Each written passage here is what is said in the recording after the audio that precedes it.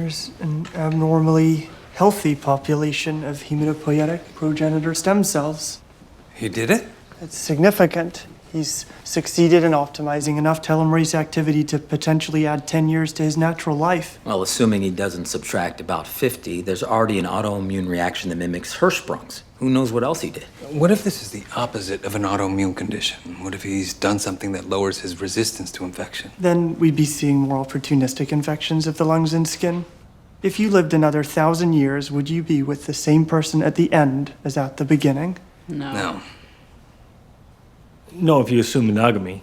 I mean, that puts too much strain on a relationship. Is one person supposed to be everything to another all the time for 1,000 years? Yeah, apparently Jesus agrees on monogamy. He said that in heaven there'll be no more marriages. I guess humans can't sustain a relationship that long. You read the New Testament too? And the Quran. And other things. It's like you're a stalker. It's like you and God had an acrimonious divorce.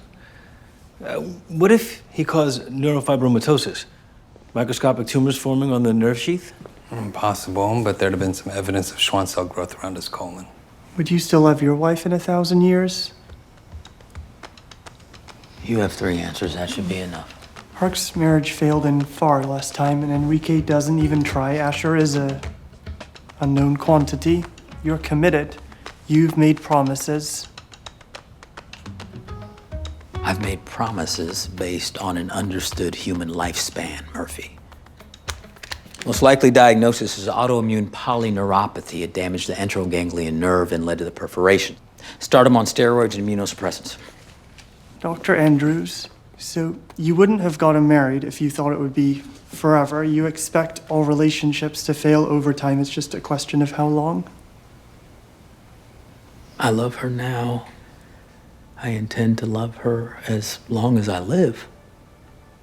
But eventually, everything breaks.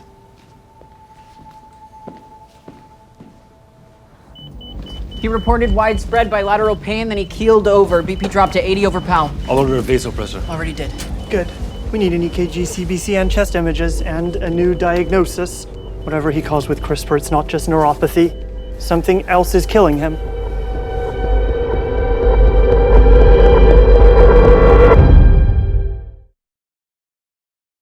What if he's caused something that mimics carcinomatous autonomic neuropathy? It explains the BP and bowel issue. That doesn't explain the sensory issue that led to the frostbite. Connective tissue disorder? That would have shown up on the scans. His chest looks normal.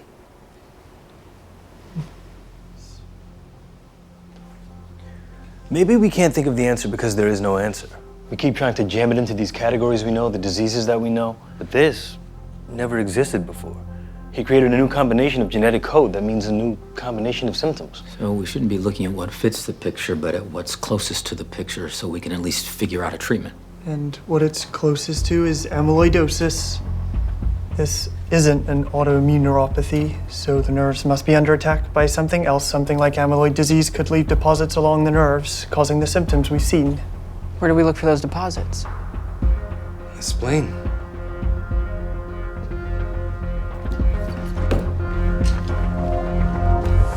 Liver, pancreas, other organs look normal. But there are calcified lesions along these nerves. He's going to be in pain like this for the rest of his life. No, there's a reasonable chance it'll get worse as time goes on. I need my sharp blunt curve scissors. What if we use CRISPR to reverse CRISPR? Researchers have identified a protein in certain bacteria that inhibits CRISPR. What if we insert the DNA that makes that protein into our patient's genome? That would deactivate the CRISPR gene. So CRISPR messed him up permanently, and you think we should do more of it? Well, our patient is a risk taker. We need a delivery mechanism. The code would have to be introduced through a virus that specifically targets nerves. Polio targets nerves. Because this isn't risky enough. Polio is such a dangerous virus because it's so good at penetrating the nervous system.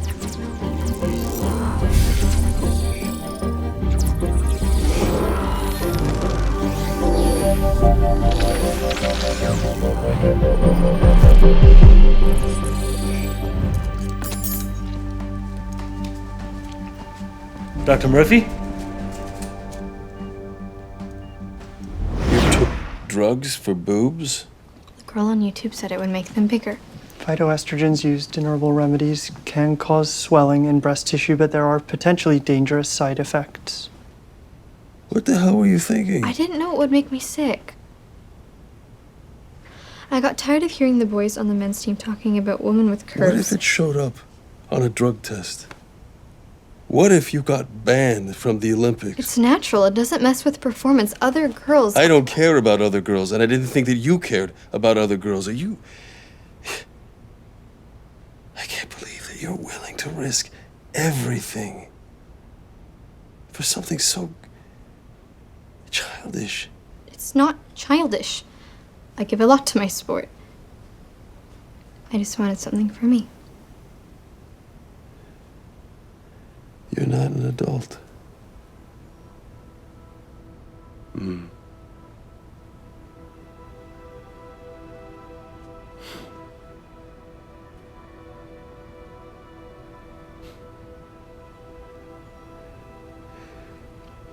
Fix her heart and her spine. What? What? You can't do that. Are you punishing me? I'm doing my job. I'm your father, and we're a family, and it is my job to make good decisions when you won't. Since when is being my father your job?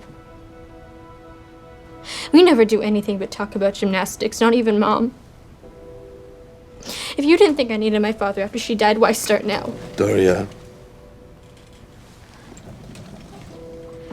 I'm calling the team lawyer and filing for emancipation. You think I can't make my own decisions? Try this one. You're fired, coach. Long, painful recovery with a feeding tube or risk of death. As his next of kin, it's your call. I have to decide. You made a life or death choice for yourself. In fact, you insisted on it. Well, that's different. The doctors were asking me to give up something I really wanted. The only difference is your father's laying on an operating table waiting for you to grow up. If something bad happened, I'd be responsible. Yes. That's the definition of adulthood. I don't know what to do. Of course you don't. It's an impossible choice. Terrible things happen either way. And yeah, it's on you. I can't do it. I just can't. You're not a grown-up, Daria. Luckily. So those of us who are will make the impossible decision for you. Dr. Andrews will do the diversion. Someone will bring you to see your father when he's out of surgery. If you really think I should have the spinal surgery, I trust you. I do. I'm sorry. Ever since your mother died,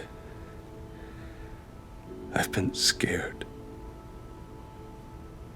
What did I know about raising a little girl all by myself? And you were a handful. Bouncing off the walls, backflips off the furniture. You couldn't get me to the gym fast enough. Because when you were on the beam, or flipping through the air, you're not just a little girl, you are an amazing athlete. And as your coach, you make me feel amazing too. All this time, I thought I was giving you exactly what you needed. But I was wrong. What you needed was for me to be your dad. And what your dad would have told you, that no matter how you look or what you achieve, you will always be a beautiful, strong superstar to me.